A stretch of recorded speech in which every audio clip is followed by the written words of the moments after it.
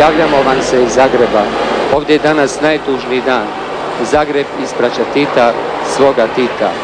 Grad koji imao svoje nesreće i tuge, uspone i radosti, danas je najtužniji grad, najžalosniji u svojoj povijesti. Sav Zagreb je ovdje na Tomislavovom trgu. Trešnjevka uvijek razvijenih crvenih zastava, danas na pola snijega. Nova zagrebačka naselja, radnici, studenti, učenici, znanstvenici, domaćice, umjetnici, umirovljenici, staro i mlado, čovjek do čovjeka. Specijalni vlak ušao je u glavni kolodvor.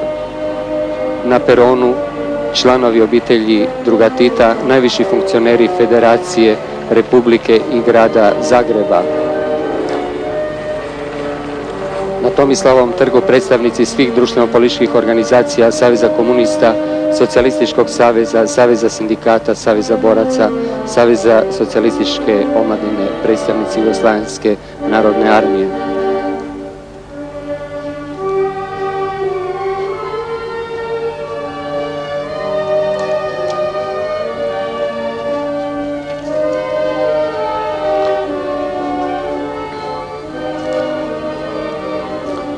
Uz zvukove posmrtnog marša oficiri garde iznose kovčeg prekriven jugoslavenskom zastavom na peron glavnog kolodvora.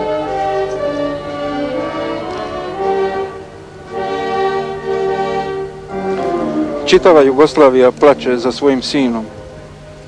Rođen u Kumrovcu, on je Kumrovčanin. On je i iz Jajca, tamo je proglašen maršalom. On je i Beograđanin, prvi predsjednik Republike. Tito je iz svakog mjesta ove zemlje. On je i građanin svijeta. On je Zagrepčanin. U Zagrebu je 1910. godine 18-godišnji Josip Broz počeo život radnika. Ovdje je shvatio nepravdu koja se nanosi radničkoj klasi i čovjeku i počeo borbu protiv nje. Toj borbi je posvetio cijeli svoj život. U Zagrebu je komunist Broz postao partijski sekretar. Godine 1928. zagrebačkim je ulicama proveden vezanih ruku. Ne priznajem ovaj sud, izgovorio je na suđenju. Ne priznajem sud tiranije i ropstva, ponovio je Tito još mnogo puta poslije toga. Nikad nije priznavao drugog suda osim suda svoje klase i svog naroda.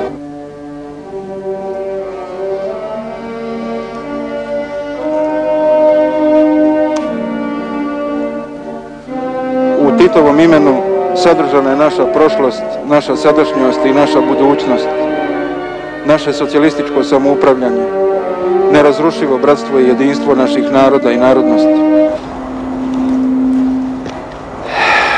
Drugarice i drugovi, od predsjednika Republike oprostit će se predsjednik Gradske konferencije Saveza komunista Zagreba Dragutin Plašč.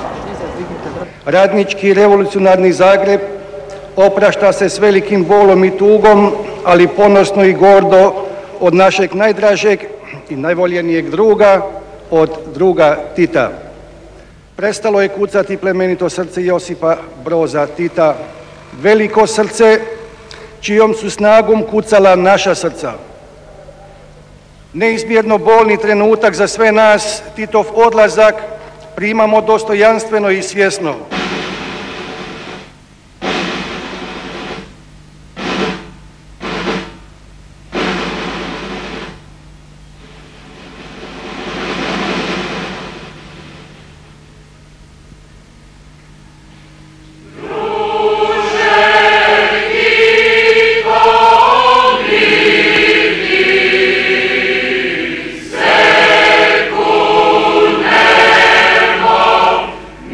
This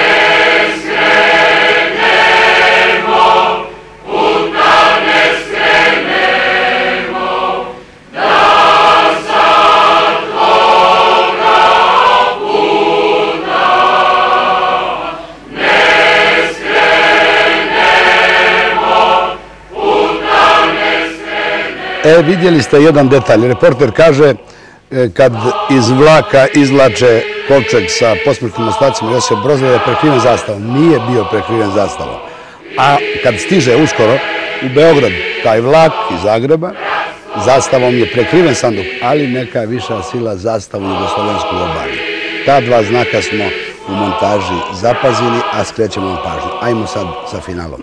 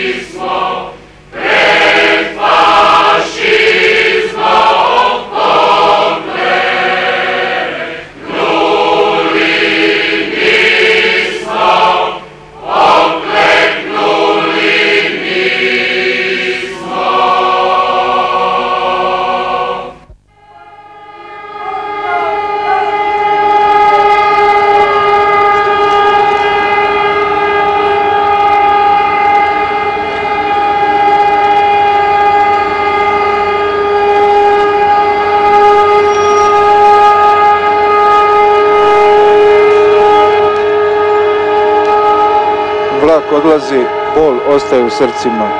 Slava ti zauvijek, druže Tito.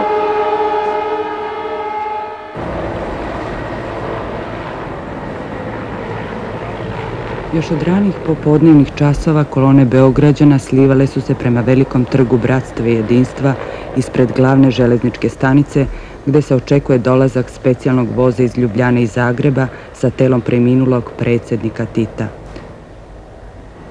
Tačno je 17 časova. Plavi voz sa preminulim predsjednikom Republike Josipom Brozom Titom ulazi u glavnu železničku stanicu u Beogradu. U službenoj pratnji u plavom vozu su Fadil Hodža, Stane Dolanc, Todo Kurtović, Mika Špiljak, Vlado Šekić, Vasil Tupurkovski, Stana Tomašević Arnesen, Branislav Ikonić i Džemil Šarac. Plavi voz, koji je postao sinonim Titovih putovanja, nikada nije ovako nemo i tiho ulazio u Beograd. Plavi voz sa kojim je prvi čovjek naše revolucije i prvi građanin Beograda obišao desetine hiljada kilometara širom naše zemlje, ovog popodneva dolazi posljednji put sa tvorcem socijalističke samoupravne Jugoslavije u njen glavni grad. Sa plavim vozom u Beograd je stigla i štafeta mladosti, čiji je put juče prekinula tužna vest u Ustaničkom Slunju. Štafeta mladosti je inače danas trebala da stigne u Kumrovec, Titovo rodno mesto.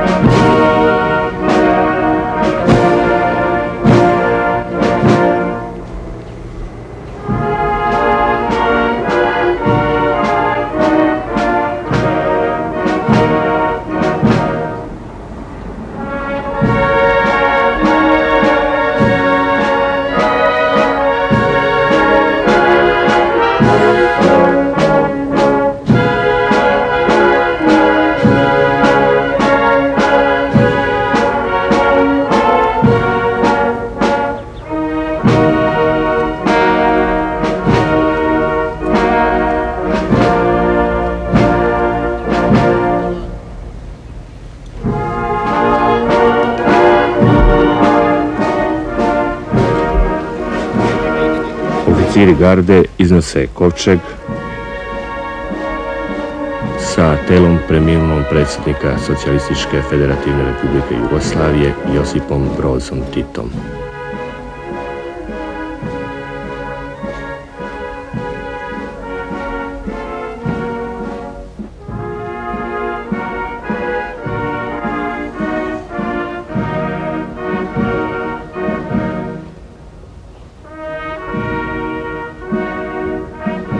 Trgu bratstva i jedinstva okupio se ceo Beograd, svi oni sa kojima je Tito, kako je sam govorio, proveo trećinu svog života.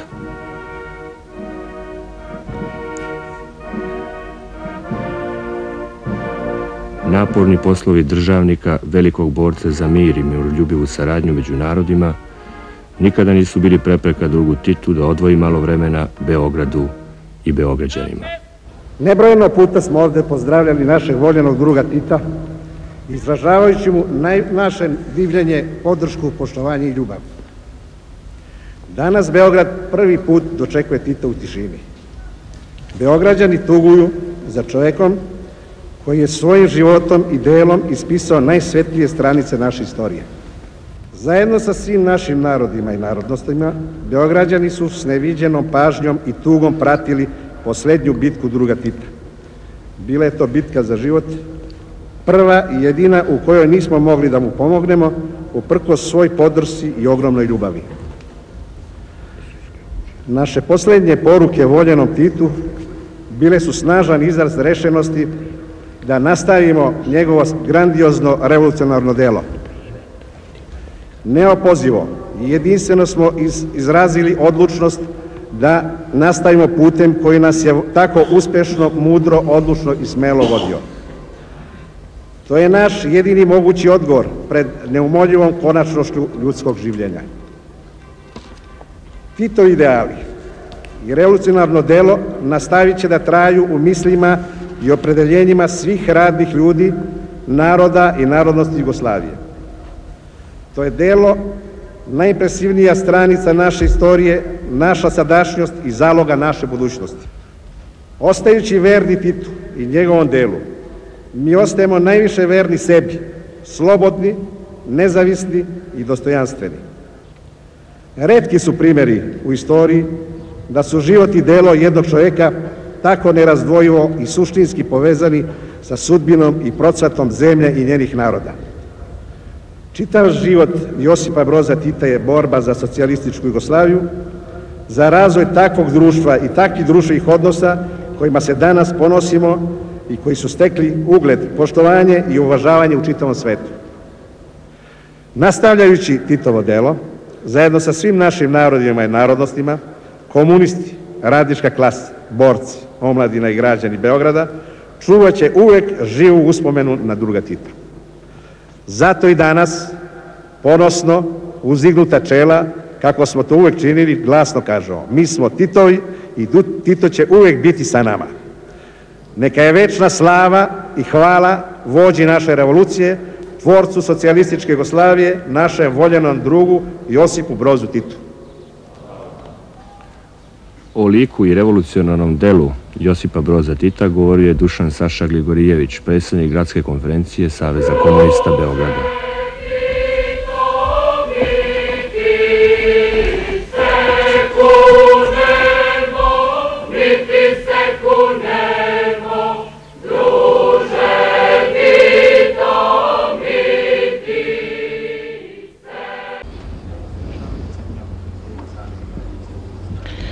Počinjemo direktan prenos zajedničke komemorativne sjednice Centralnog komiteta Saveza komunista Crne Gore, Predsjedništva Socijalističke Republike Crne Gore, Skupštine Crne Gore, Predsjedništva Republičke konferencije Socijalističkog saveza radnog naroda Crne Gore i organa i organizacija Republike. Komemorativnu sjednicu će otvoriti Vojo Srzentić, predsjednik Centralnog komiteta Saveza komunista Crne Gore, a o životnom putu i stvaralačkom dijelu druga Tita govorit će Veljko Milatović, predsjednik Predsjedništva Socijalističke Republike Crne Gore.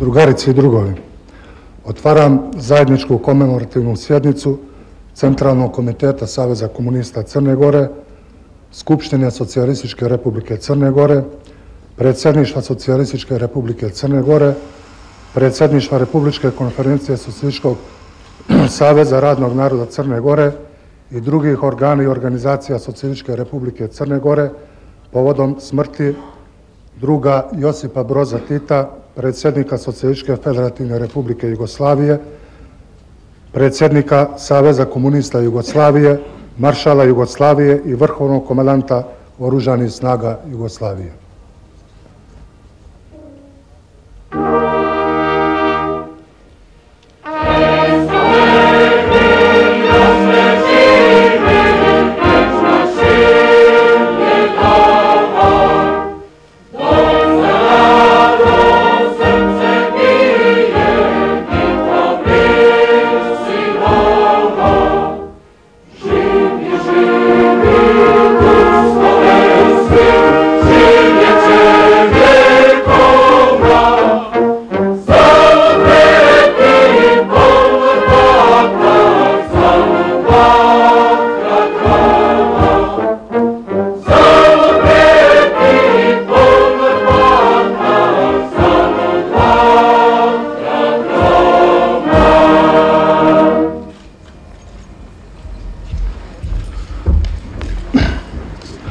Komemorativnoj sjednici prisustvuju članovi Centralnog komiteta Saveza komunista Jugoslavije i Crne Gore, članovi Savjeta Federacije Crne Gore, članovi Savjeta Republike, narodni heroji Crne Gore, članovi predsjedništva Vijeća Saveza sindikata Crne Gore, Republičkog odbora Saveza udruženja boraca Narodnooslobodilačkog rata i Republičke konferencije Saveza socijalističke omladine Crne Gore, članovi Izvršnog vijeća Skupštine Socijalističke Republike Crne Gore, članovi Komisija statutarna pitanja i nadzorne komisije Saveza komunista Jugoslavije i Crne Gore, članovi Komisija statutarna pitanja i nadzorne komisije Saveza komunista Crne Gore, sudije Ustavnog suda Crne Gore, članovi predsjedništva Crnogorske akademije nauke i umjetnosti, delegacije Saveza rezervnih vojnih starješina Socijalističke Republike Crne Gore, Konferencije za društvenu aktivnost žena Crne Gore, Univerziteta Veljko Vlahović Titograd, Privredne komore Crne Gore,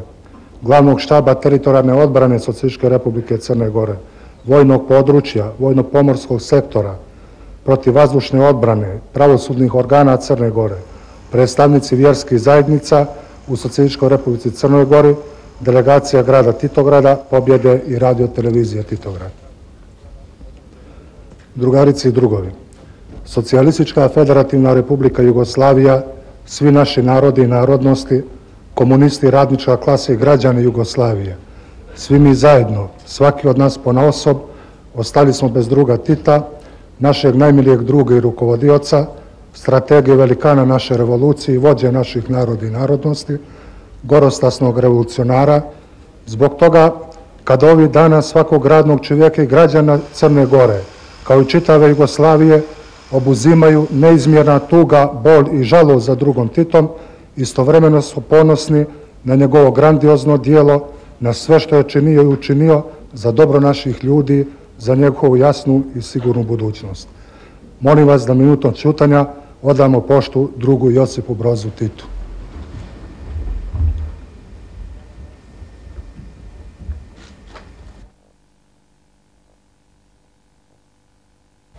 Potreseni bolom zbog smrti velikana revolucije i socijalističke izgradnje, ali i ponosni što su dali ogroman doprinos u izgradnji grada koji nosi Titovo ime sa svog najvećeg gradilišta, koje će uskoro prerasti u pravi grad od 7000 stanovnika, ovi vrijedni neimari obećali su da će davati sve od sebe da Titov grad bude ljepši i veći.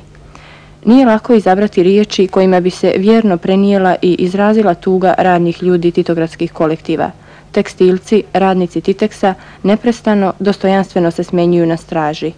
Komemorativne sjednice održali su i radnici željezničko-transportne organizacije Titograd, agrokombinata 13. jul, industrije Radoje Dakić, radnici pošte, stanovnici mjesnih zajednica, zatim polaznici političke škole i udruženja književnika Crne Gore.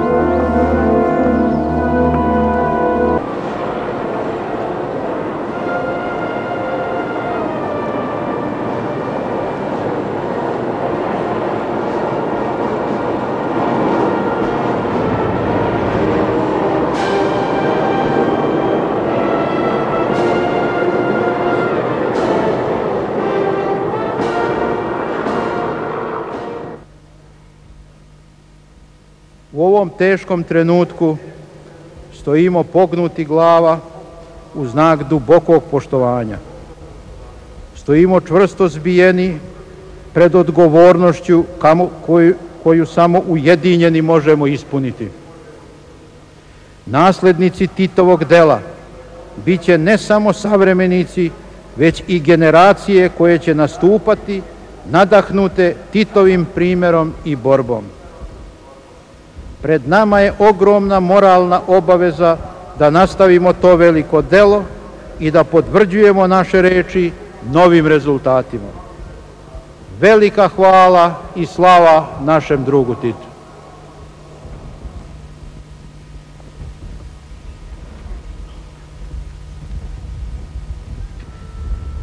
Modesto! Zdravi! Ovdje ima jedan detalj koji moramo da zapišemo ovako iz studija. Video zapis da ostavimo i trag. Protokol u mimohodu u Skupštini Jugoslavije. Znate ko je prekršio? Jedan Crnogorac. Mislim da se zvao Blažo Drašković iz Nišića. On kad je ušao unutra, jedva su ga puštili. Ne znam koji je bio problem, ali je štampa pisala, protokol je prekinut. Kad je došao kod Titovog kovčega, zaleleka ga je: lele, druže Tito, junače, i već kako to Crnogorci umiju, ne znam ili reka lele za tobom, a naročito za nama, ali ga je zaleleka i prekršio se protokol. Drugi koji je prekršio protokol bio je Jaser Arafat. Protokol, naravno, zapovijeda 30 sekundi poklona, pozdrava, posljednjeg, a Jaser je prislonio ruku i plaka 10 minuta. Jedva su ga pošenuli. Ajmo dalje.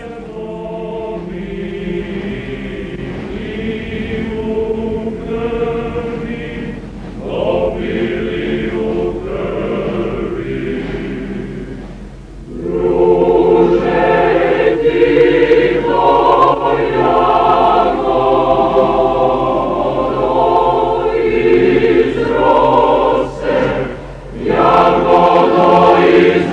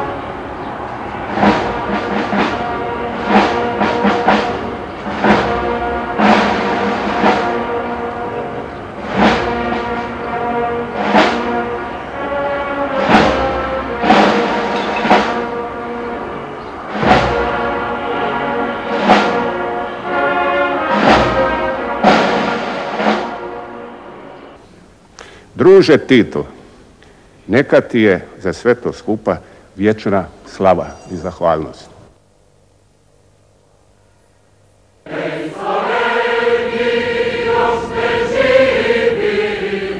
Naši